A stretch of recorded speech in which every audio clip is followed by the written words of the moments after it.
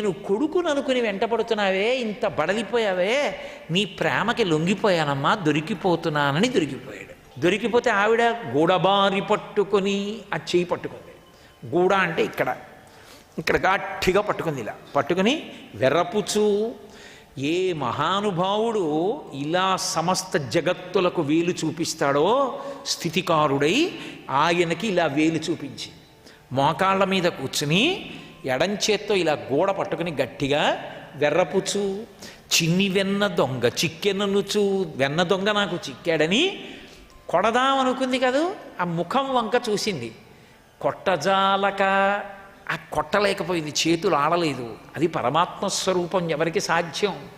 కరుణతోడబాలు కట్టదలచే, అయ్యో వీడిని కొట్టేయడమా, అనుకుని అమ్మ కోపం తాటాకుల మంట. నాన్నగారి కోపం అలా ఉండదు, విద్యుద్ఘాతం.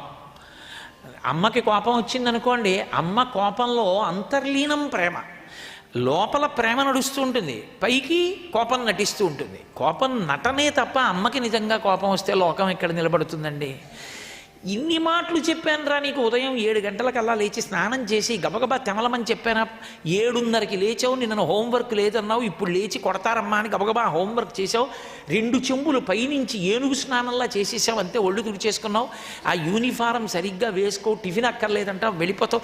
బుద్ధిహీనుడా, ఎప్పటికి రా బాగుపడతావు నువ్వు అని తిడుతూ ఉంటుంది. ఆ దువ్వెన్న పెట్టి ఇలా పాపిడి తీసేసి తలకాయ కూడా దువ్వుకోకుండా ఇలా పెడతావా ఏమిట్రా అని, ఇలా అమ్మ నొప్పి పెడుతోందమ్మా మెల్లిగా తీయమ్మా అంటుంటాడు. పాపిడి తీసేస్తుంది, తలకాయ దువ్వేస్తుంది, పౌడర్ రాసేస్తుంది, వాడికి ఇన్ని చేసేస్తూ ఉంటుంది, తిడుతూ ఉంటుంది. వాడు బిక్క మొహం వేసుకుని ఏడుస్తూ వెళ్ళిపోతుంటే, అన్నం తినకుండా ఎక్కడ పోతావు, ఒక టిఫిన్ తినేళ్ళి, అమ్మ టైం అయిపోతుందమ్మా, స్కూల్ బస్సు వచ్చేస్తుంది అండి. ఏం పర్వాలేదులే, నువ్వు పుస్తకాలు చదువుకుంటూ ఉండి నేను పెట్టేస్తాను. ఓ పక్క పుస్తకాలు చదువుకుంటుంటే ఇడ్లీ మొక్క పంచదారలో ముంచి వాడు నోట్లో పెట్టి నవ్వు గబగబా అంటుంది. పైకి కోపం, లోపల ఎంత ప్రేమ, వాడు ఇడ్లీ తినకుండా వెళ్ళిపోతాడేమో అని బెంగ తల్లికి. అమ్మ కోపంలో అసలు కోపం ఎక్కడ నిలబడుతుందండి? పిచ్చి తల్లి అమ్మ. ఆ తల్లితనాన్ని ఆవిష్కరించారు పోతన గారు. అసలు అద్భుతం, దానికి కట్టుబడ్డాడు కృష్ణ పరమాత్మ కూడా. ఆ మోకాళ్ళ మీద కూర్చుంది, ఇలా పట్టుకుంది, కానీ కడుపులో బాధ, లేక పుట్టిన కొడుకు, ఇంతమంది నేరాలు చెప్తున్నారు, ఇంట్లో వినలేదా, ఎందుకు బయటికి వెళ్ళి దొంగతనాలు చేస్తావు?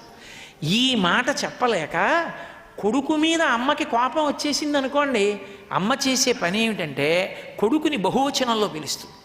భర్తని ఏకవచనంలో ఎప్పుడైనా పిలిచిందనుకోండి భార్య, పరమప్రీతి ఎందున్నదని గుర్తు. కొడుకుని ఎప్పుడూ బహువచనం వేది, మీరు అని కొడుకుని ఎప్పుడు అందమ్మ.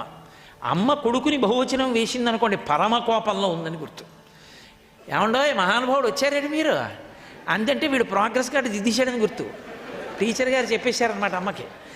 అమ్మ కొడుకుని బహువచనం వేసి గౌరవించి మాట్లాడింది అంటే ఖచ్చితంగా కొడుకు ఏదో దోషం చేశాడు అని జ్ఞాపకం.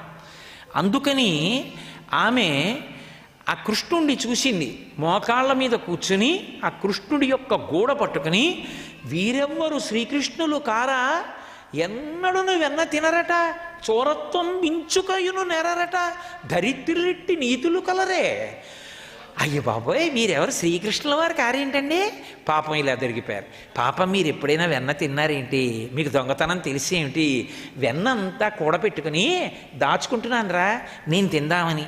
నిన్ను కన్నాను కదూ, కడుపంతా ఖాళీ అయిపోయింది, వెన్నంతా నేను తిందామని నీకు పెట్టకుండా దాచుకుంటున్నానే, అందుకని పాపం పక్కిళ్ళకి వెళ్ళి దొంగతనం చేస్తున్నావే.